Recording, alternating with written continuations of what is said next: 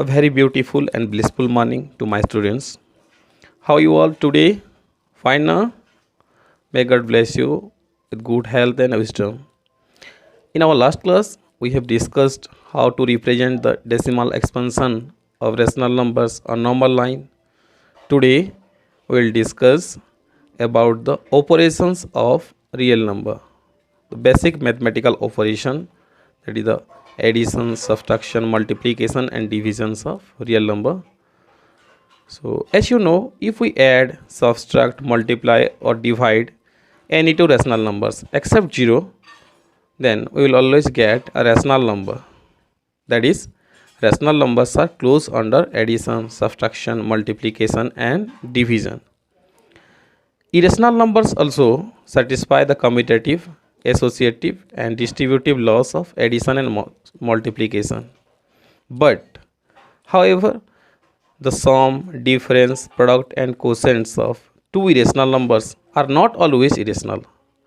So let us discuss with examples right now. So students, look at here. It is written operations on real numbers. That is, first of all we will learn about the addition, then subtraction, then multiplication and then division. So look at here. Here is a rule. Root A plus root B is not equal to root over of A plus B. Here root A minus root B is not equal to root over of A minus B. So if we will take two integers for A and B, then for example root 5 plus root 3, which is not equal to root over of 5 plus 3, that is root over of 8, not equal to. Like root over of A plus root over of B, that is not equal to root over of A minus B. So root over of 5 minus root over of 3, which is not equal to root over of 5 minus 3, that is root over of 2 right now. So let us learn the operations of irrational numbers one by one. So here it is written, the sum of a rational number, the sum of a rational number and an irrational number is irrational, but the sum of two irrational number may be rational or may be irrational. So let us discuss. The first statement is the sum of a rational number and an irrational number. So look at here. Here is sum of a rational number and a irrational number. Then we will get an irrational number. How is it possible? Look at here. I will write 21 plus root 2. The value of root 2, that is 1.4142135623 dot dot dot. It will continue. So 1.4142135623 dot dot dot. This number is non-terminating and non-repeating. It is a irrational number, right? If we add these two numbers, then we will get 21 plus 1, 23.4142135623 dot dot dot, which is an irrational number. Next, what is written here? But the sum of two irrational numbers, if we add two irrational numbers, then it may be rational or it may be irrational. So let us discuss both the cases. Let's add 2 plus root 3 and 4 minus root 3. 2 plus root 3 plus 4 minus root 3, right? If we open the bracket, then it will 2 plus root 3 plus 4 minus root 3 plus root 3 minus root 3 will cancel. 4 plus 2, it will be 6 right now. So look at here, 2 plus root 3 is an irrational number.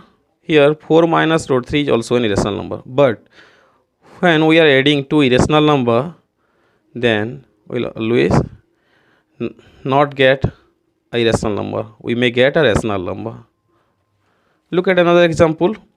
Here it is written 2 root 2 plus 5 root 3 and root 2 minus 3 root 3, and we have to add these two irrational number. So let's add 2 root 2 plus 5 root 3 plus root 2 minus 3 root 3, right?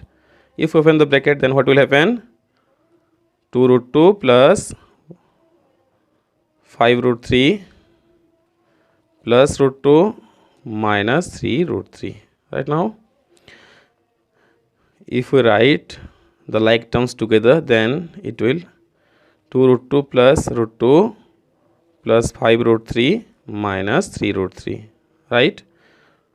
2 root 2 plus 1 root 2. Root 2 means 1 root 2. 2 root 2 plus 1 root 2. It will be 3 root 2 plus 5 root 3 minus 3 root 3. It will be 2 root 3. Good. Here, look at here. Here the answer is an irrational number. So the statement is correct. When we are adding two irrational numbers, then we may get a rational number. Here in this case, we get a rational number. We may get an irrational number. So look at here. Here it is an irrational number, right? So let us discuss the subtraction of irrational number, right? So what you read in here, the statement is the difference of a rational number and an irrational number is irrational. If we find the difference of one rational number and an irrational number, then we will get an irrational number. But the difference of two irrational numbers may be rational and may be irrational. So look at here. Here pi is an irrational number and 2 is a rational number. If we find the difference, then it will be the value of pi, which is 3.1415922653 . It will continue because it is non-terminating, non-repeating. So 3.1415922653 minus 2. Then we will get 3 minus 2. It is 1.159263 . Which is non-terminating, non-repeating and irrational number, right? Then the second statement, if we find the difference of two irrational number, then it may be rational or it may be irrational. So let's do. If we find the difference between 5 plus root 2 and 3 plus root 2, then what will happen? Let's find 5 plus root 2 minus 3 plus root 2. Then what will happen if we open the bracket? 5 plus root 2. If we open the second bracket, then the sign will be changed. Minus 3 minus root 2. So plus root 2 minus root 2 will cancel. 5 minus 3, it will be 2. Look at here. Here we will get a rational number. Next, let us find the difference between these two numbers. Subtract root 2 minus 5 root 3 from 2 root 2 plus 7 root 3. So first of all, we will write 3 root 2 plus 7 root 3 minus root 2 minus 5 root 3. If we open the bracket, then what will happen? No sign will be changed in the first bracket. If we open the second bracket, then the sign will be changed. That is plus root 2 will be minus root 2, minus 5 root 3 will be plus 5 root 3. If we write the like terms together, then what will happen? 3 root 2 minus root 2 and plus 7 root 3 plus 5 root 3. Again, 3 root 2 minus 1 root 2. It will be 2 root 2 and 7 root 3 plus 5 root 3. It will be 7 plus 5, 12 root 3.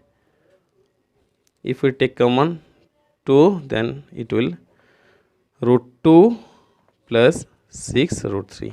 Right now, look at here. Here the answer is an irrational number. So our statement is correct. So that if we find the difference between any two irrational number, then we may get a rational number or we may get an irrational number.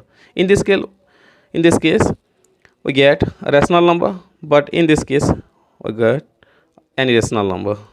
Next, come to the third statement.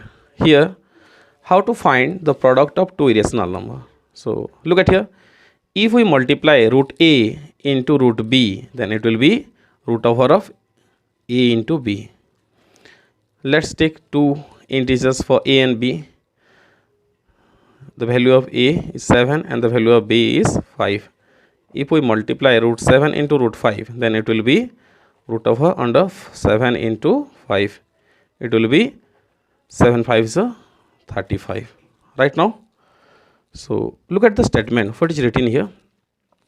The product of a rational number, one rational number which is non-zero rational number, and an irrational number is irrational, but the product of two irrational numbers may be rational and may be irrational. What does it mean?